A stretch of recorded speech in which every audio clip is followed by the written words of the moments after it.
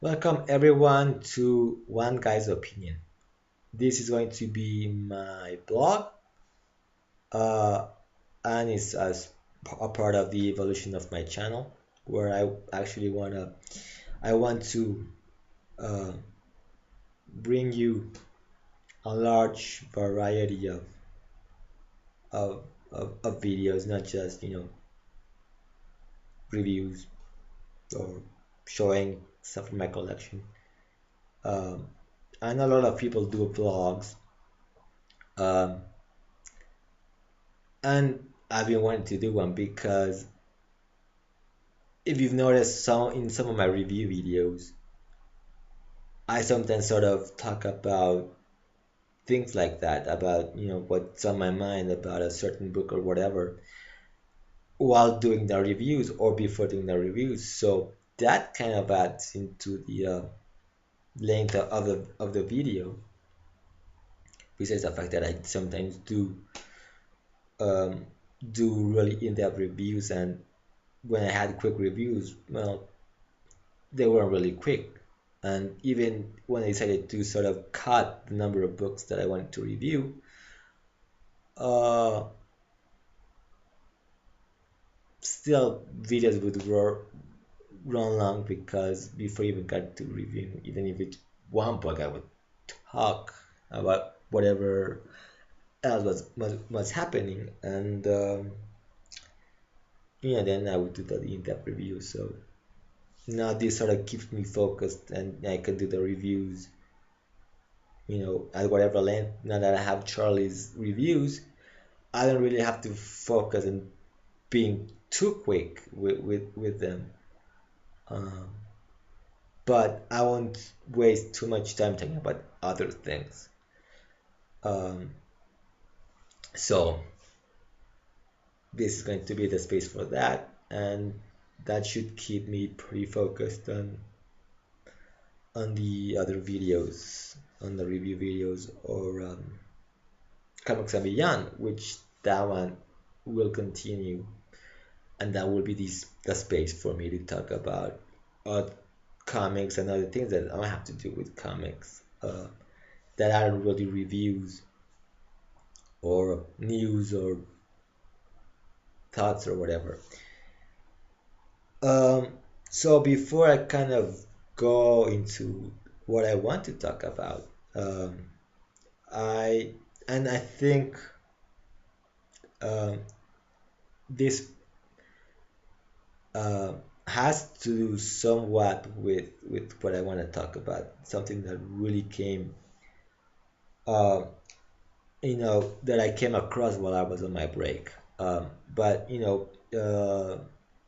comic the comic asked me in the comments up in my of my review video, if it was possible to read Superman Wonder Woman without having to read the rest of Doomed. So I kind of gave him an answer which in which I said, well, you do have to read the rest of Doomed so you can get some context. Uh, but that is the wrong answer because, well, and I did mention it in my reply, that each issue of the Doom crossover does have a little recap. It has a recap. The first page is a recap, so you know where the story, what's happened, so far in the story. So you do get the necessary context, and I did mention that. But uh, uh, but you know, I've been reading the crossover as a crossover, so I've never really focused on how each series by itself reads. So I actually decided to reread Superman Wonder Woman issue 7 through 8 through 10, which it's three chapters, all of them being second parts of each of the Doom chapter, which is, you know, infected, enemy of the state, and the current Super Doom. Those are the chapters so far. Superman, Wonder Woman has those. They are actually the part, it, the second part of each chapter. So is it, and number seven is the prelude. So I reread them, you know, as a series, and I have to say that it is possible to read Superman Wonder Woman without having to read the rest of Doom, uh, because of the recap page, uh, and the story itself does give you some context as to what went on before as well. So yes, yeah. So it looks like this is trying to make it as accessible as possible. Um, it does seem that each issue of the series sort of does have a somewhat self-contained story. And I mean somewhat because, you know, a lot of the plot threads from the other books or from pre well from Action Comics, because the Action Comics is basically being uh is the only other book that's in the Doom crossover, except for like an issue of Superman, you know, before Geoff Johns came. So that was what, 30, no, was it 32, I believe. Besides that, everything else does sort of come into play somewhat. I mentioned it before. There are plot threads that have been introduced, like that one issue of Batman Superman. That, you know, that plot thread hasn't really been properly addressed. So, but yeah, I mean, they do seem to have somewhat a self-contained feel to it. They do sort of focus on what the book's supposed to focus on, Superman, Wonder Woman. Uh, so you might want to give it a try, and see if you don't feel confused. I think it's pretty easy to handle. It's not. I don't think you might get confused because of the recap page. So, but you might wanna try and see if you know if it's the you know uh try and see if it's, you know, sorry, I've been trying to get this video out for a while now, so I don't know how many takes I've done. So I am a little bit tired. So yeah, but you know, just give it a try and see if it works out for you. Um, I think I think it might. Uh, and anyways, so talking about accessibility of comics, um,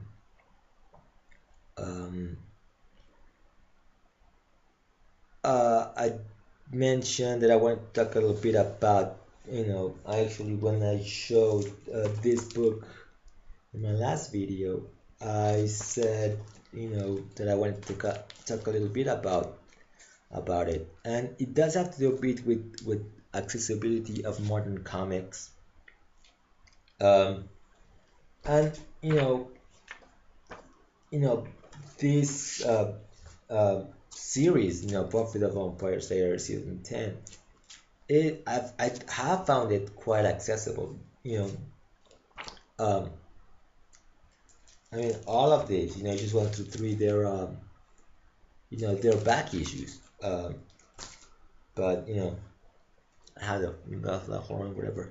But you know, I picked up both this issue and this issue, this is issue 4 and this is issue 1. I picked them both up the same day. So you know, I saw it and thought, what the heck, you know, I'm gonna try it. So I picked up the issue, uh, and I read it. I had no idea if I was going to understand what was going on. I had no idea what the context of the story was. Just I'm going to try. I'm going to pick it up and I'm going to try it. Uh, so I read this one first, and then I read issue one.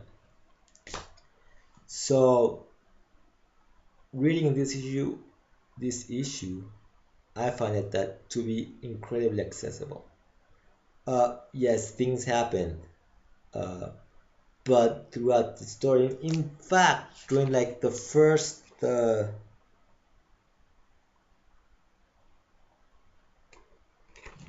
couple of pages, the first page itself, it kind of gave me the context of what had happened before, and as the story progressed, as I was reading the issue, I was getting filled in on what went on before. Uh, so and then of course I read this one, and the same feeling was there. This being a first issue, this really following a previous series, season 9 and season 8 as well. You do get a good, nice little way to understanding what's going on.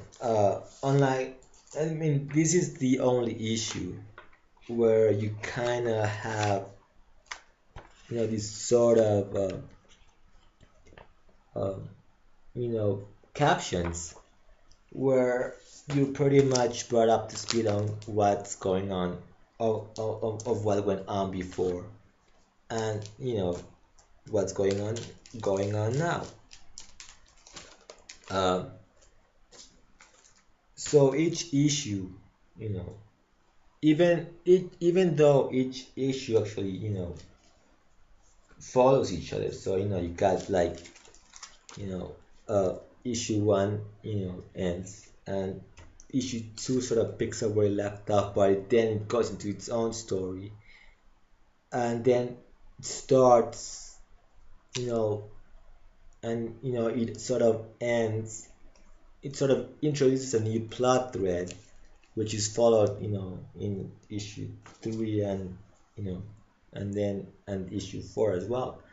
Um, you do get, a full story, uh, you know, in each issue, and but because one issue follows the other, you do get to see a much larger story being told, but each issue can be read individually, and if you miss the last issue, you do get the right context of, or if you don't remember what happened, as it is, monthly, though you can actually read it, but it does sort of, you know, gives you a full issue's worth of story, uh, and you don't feel lost because whatever happened, the previous issue, it's sort of brought up, and you know you can kind of get a sort of an explanation. But then of course there's the larger context.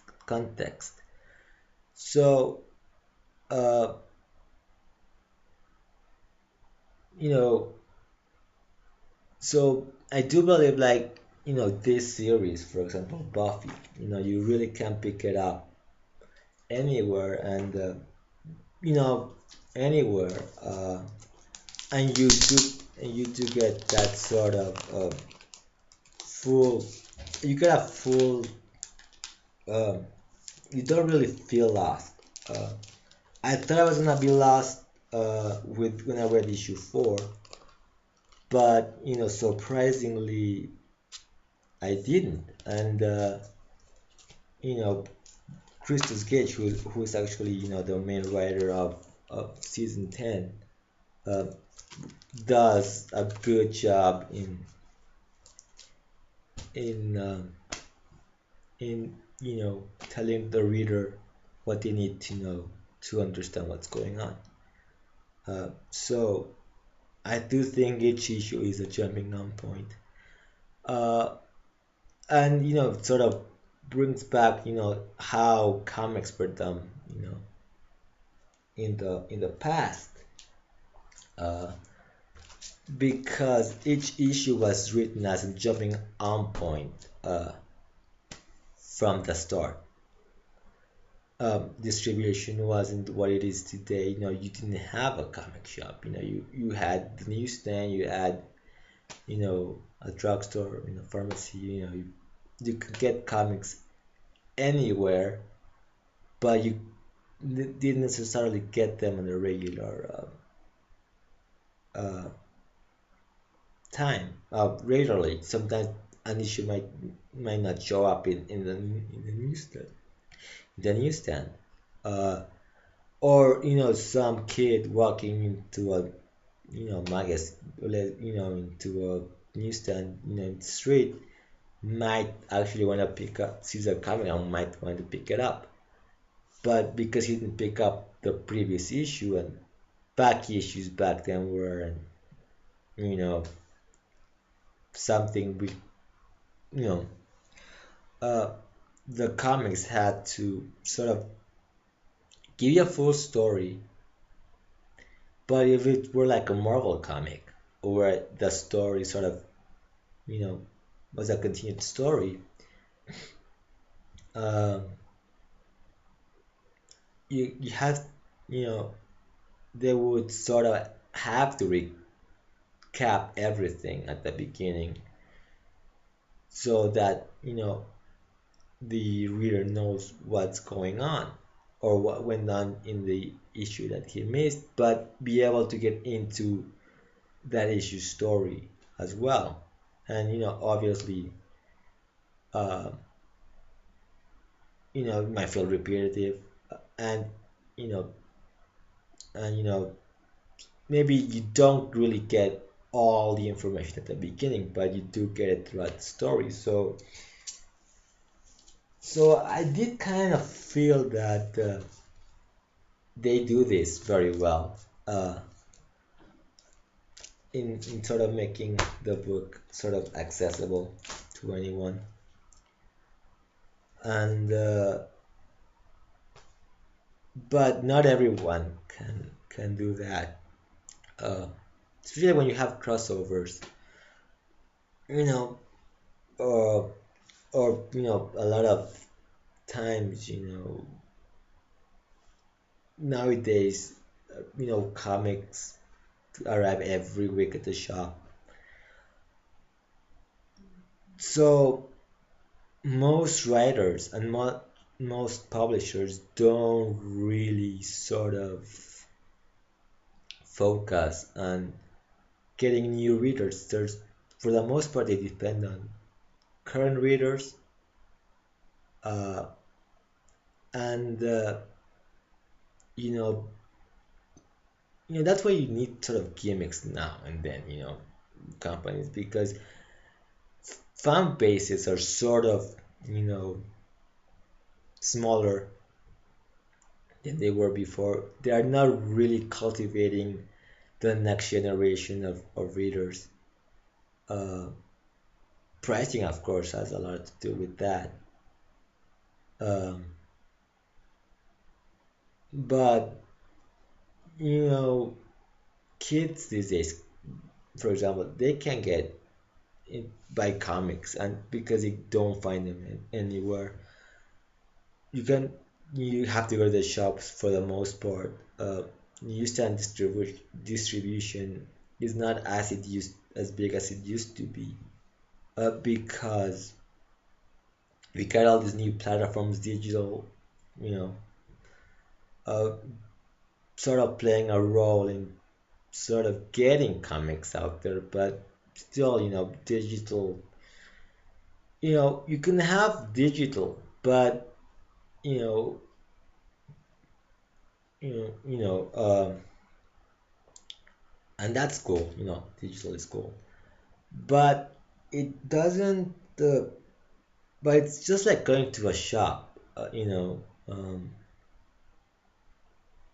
If parents are the ones that buy comics, grown-ups, adults, people who have money, 14-year-old kid or younger can't get into. It's the parents that buy the books. When I was 14 years old, I bought my first comic book, my first couple of comics in a gift shop, a hotel gift shop, because they sold magazines, and they sold the imported magazine, and they sold the comics. And for about a year, I bought comics of a magazine rack in places where they sold imported magazines, so I could get those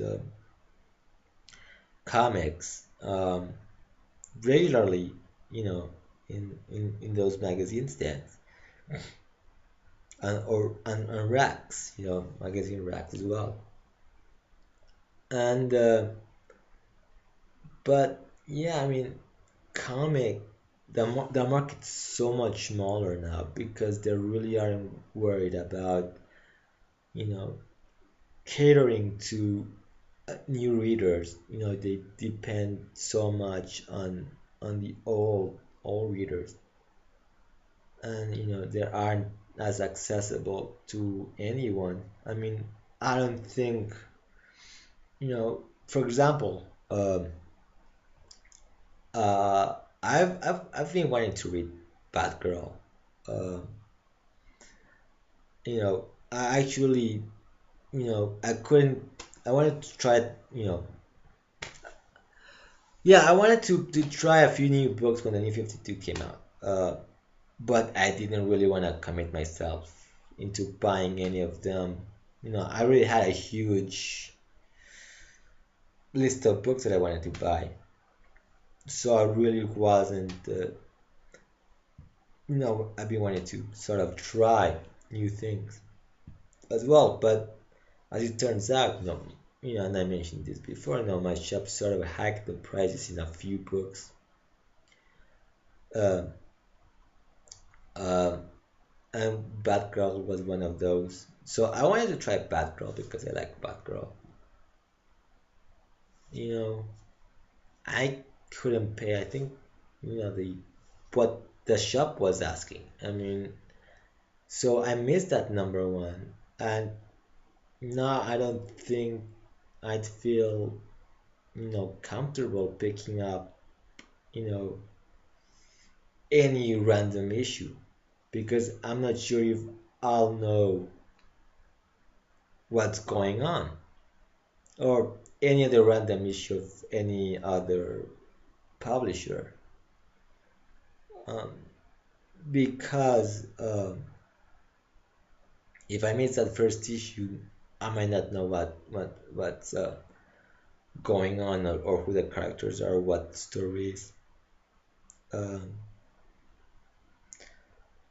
so very few issues, so very few comics or companies sort of can capture new readers. But again, sort of like trying to capture new readers sort of means, sort of you got your base, your reader base, people who read comics. So instead of trying to sort of work their way to the next generation, they're sort of trying to capture new readers in the sense that if you're reading a DC book, you might want to try, a Marvel book, you know. Um, so it's not so instead of going out there in the mass market, um, it's oh God, it's sort of a little bit hard to get my thoughts straight. But you know, back in the 70s and 80s, when comic shops started, it was an unknown, you know, territory because most companies, the main business model was based around the newsstand. So, you know, going to shops was something new. I mean, for example, DC did the Baxter series to be sold exclusively in shops, while you had the newsstand versions of you had like the Teen Titans and the Legend of Superheroes are two good examples of having two books, uh, but one for the newsstand, one for the direct market, uh, sort of to try to test the waters. Then suddenly, newsstand sales weren't that important and everything moved to the shops. But by moving everything into the shops, and newsstand actually was big. Still, I mean, and that change didn't really happen fast, because throughout the 90s, you still had the shop, you still had the newsstand. But newsstand sort of became, I think, less important than the comic shop sales. I mean, Marvel removed all of their product from newsstand. I think DC does still need to newsstands. I mean, Archie does that newsstand as well. I think Dark Horse does as well on a few titles because I've seen a few Dark Horse titles in being sold, not in newsstands proper, but in places that sell imported magazines. Uh, but you know, you don't have casual readers in shops. I mean, no person who isn't into comics, no one who isn't into comics goes into a shop. So you really don't have casual readers, and the casual reader is the one that you really want to capture, so that you have build up a new or grow a fan base or get a new group of people reading comics. So, and I mean things like Free Comic Book Day, they were great ideas. But let's be honest, now it's, us regular readers going to the shops to get freebies. And some people, wanna get the freebies so that they can uh, then sell them for a lot of money on eBay. But, again, it's not capturing the a new group of people that they should. And then there's a whole thing about the whole movie thing, uh, which are people really interested? After watching a superhero movie, go and pick up a comic book. I don't know, but you know, if you don't know if you don't have a comic shop nearby, or you don't know where there is one, I don't know. I mean, you know, I think not making comics, um, sorry, as accessible as it should be. You know, once again, bringing the books from the shop out into the you know uh, larger larger into the mass market. Again, everything's gonna get smaller. You know, more for example, the whole Marvel Disney thing. They've been sort of bringing their whole movie universe or movie look into the books. Um, Honestly, sort of to try to have a very uniform look, you know, between the movies and the comics. I think it's kind of stupid, really, because those books aren't outside the shops. It just annoys fanboys and fangirls that their characters are becoming more like the TV shows or the movies. I mean, it'd be great if you make the movie version and the comic version similar, if it would go outside the shops, but they're not outside the shops. So just annoying the fan base that suddenly Deathlock changes his look to look more like the version of Agents of Shield, or Captain America and the Avengers look more like their movie counterparts than themselves. It, like I said, it's it just annoys people. You know, because those comics aren't going outside to the outside market. I mean, I'm pretty sure kids watch the cartoons and they watch the movies. I don't think they're interested in the comics because they've never really seen the comics. Um, really, I mean, only those kids who have parents who buy comics can you know get access to that. So that could work, but you know, still, you need to get casual readers, those who aren't necessarily comic book fans, but are interested, one way or another in those characters. Uh, so they could actually get to see the actual versions of the source material of their beloved movies. Um,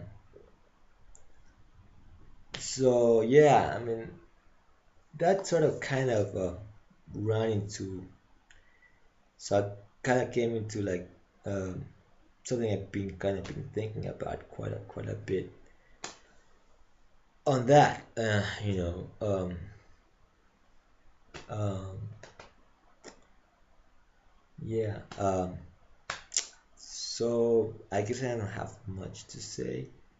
I know I had some other topics in my head. Oh yeah. Actually I was going to talk a little bit about speculation and how stupid it's become. Um, uh, you know, Obviously movies play a huge part for speculating on comics. And there are books that might be worth something, and then there are books that just because of a movie, prices go up, but after a while they just drop. So these people, especially on eBay, who want to make some quick cash. I mean, even if it's like a rumor of a movie, you're pretty sure to find comics going up in price. One of the things that recently annoyed me was Rachel Rising. Uh, it's rumored that it's gonna be a TV show, I believe. Nothing has come out of it yet, and just because of a stupid rumor, you know, those prices got inflated. Um, I'm pretty sure. I think even, for example, Zod's first appearance kind of got inflated. Uh, and um, and uh, and I think those, even if it's kind of stupid, that because of a rumor of certain characters popping up in a movie, whatever, inflate the price. I think there might be some legitimate reasoning behind it. And then we have speculation that is so totally bizarre for what it is. And recently, I well, I think some people have actually um, shown this book. The first appearance of Livewire, both in comics and in regular DC continuity, has gone up in price. Again, why? What's the reasoning behind that? I mean, I can understand why Harley Quinn might actually, garner that attention. I mean, the character was incredibly popular and is incredibly popular, you know, to this day. Livewire, you know, the character didn't show up in the regular DCU until like years late. I mean, many years after the Superman animated show ended. I think Harley's transition was a little bit faster than Livewire. Uh, I don't think she's a popular character at all. I haven't really heard that they're doing anything with her. When she showed up in the regular DCU, I actually have that issue. I have it with me. I think it's somewhere on Action 839, I believe, somewhere around there. I could actually check, but I'm not. Um, um, it's not a great, it's one issue. It's not the greatest story ever. And after she was brought into the DCU, it, she was brought in by Gail Simone and John Byrne. Uh, the character hasn't really done anything interesting. I mean, just one issue and one really not so great a story. Uh, and for the most part, the character after sort of only shows up like in the mob scenes. When you have a bunch of villains. She's there, but they really haven't given her any. They never really gave her any storylines after her first appearance. Um, but that those issues are going for a you know somewhere around the $20 price point. I saw in my shop for its I think for its cover price still. I mean, you know, uh, but yeah, that's becoming a very popular character. But it's the her first up. I mean, they really haven't done anything. I don't think she's ever been popular at all. If she were, she would have shown up a long time ago in the DCU. She showed up, I believe, around 2004. So it had been, many, many, many years since she showed up in the animated, Superman animated, and in the comics, based off on the show. But I mean, it's stupid. I mean, it. I mean, it's not justified at all. But somebody wants to make some money out of that. You know, you know, crazy. Actually, very, very crazy stuff. So I guess that's it for this first installment of One Guy's Opinion. Um, and I think next time I'll sort of write what I want to talk about because I'm sort of sort of trying to remember everything that I wanted to say. But anyways, I'm sure. Oh yeah, I'm sure I left something off, and I don't really wanna get too much into it, so or try to waste more time. I mean, it's almost 40 minutes. So, anyways, before I'm rambling here. Sorry about that. So anyways, until next time, keep smiling.